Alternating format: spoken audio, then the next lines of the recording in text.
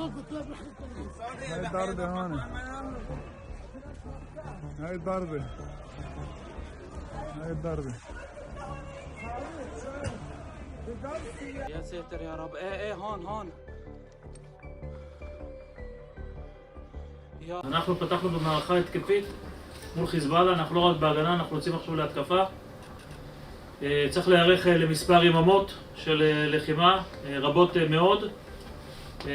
צריך היערכות הגנתית חזקה, והיערכות התקפית מתמשכת עכשיו בגלים כל הזמן, וכמובן כל הזמן ניצול הזדמנויות.